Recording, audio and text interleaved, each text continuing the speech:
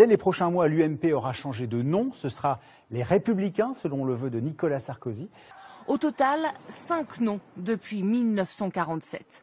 Le 6e est en gestation. Nom de baptême retenu par Nicolas Sarkozy, les Républicains avec l'un de ses 3 logos. Il doit être officialisé le mois prochain. Ce qui m'a intéressé, j'ai noté évidemment que beaucoup d'intellectuels étaient très inquiets à la suite de l'initiative de Nicolas Sarkozy de dénommer l'UMP le Parti des Républicains. Parti républicain, je ne sais pas trop exactement.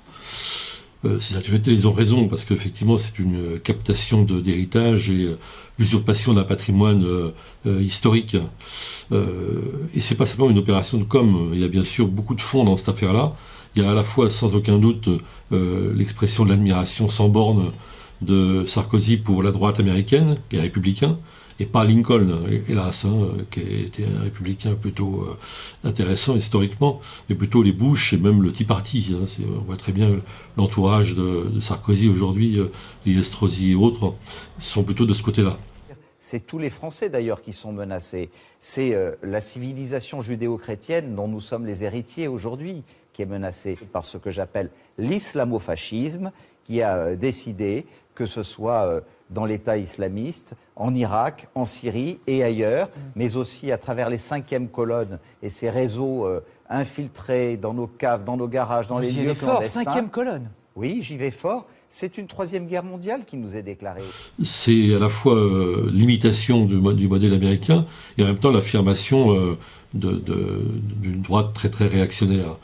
Alors je m'amuse à noter que dans les mêmes jours, là, on a vu Emmanuel Macron de l'autre côté de l'échiquier politique, enfin pas tellement de l'autre côté d'ailleurs, nous parler de démocrate actionnariale, d'une démocratie des actionnaires, qu'il plaide pour que les Français deviennent tous des actionnaires et qu'ils investissent leurs économies sur le marché.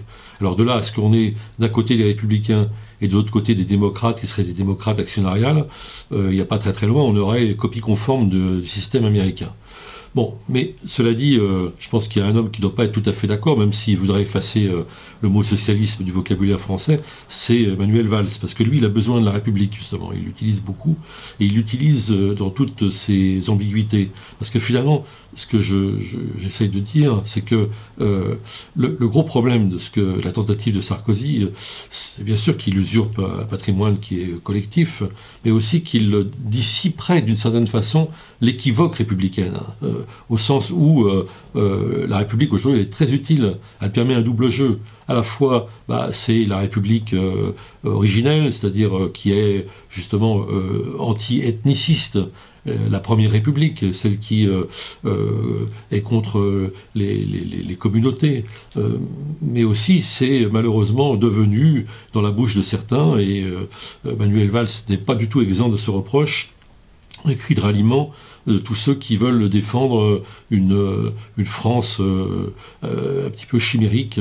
Alors la droite et l'extrême droite dit carrément les mots, c'est-à-dire Estrosi parle de la France judéo-chrétienne, blanche en quelque sorte, même s'il ne le dit pas, il le pense très fortement. Donc ce qui fait que la République est devenue à la fois l'instrument de la lutte contre le communautarisme et pour beaucoup, pour certains, un cri de ralliement qui est lui-même communautaire. C'est tout le problème.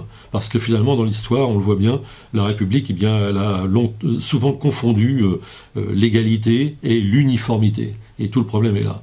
Donc finalement, c'est peut-être ce qu'on reproche le plus à Sarkozy, c'est qu'il dissiperait cet équivoque et il ramènerait vraiment la République dans son acception la plus réactionnaire, la plus uniformisatrice et la plus hostile, disons, aux minorités.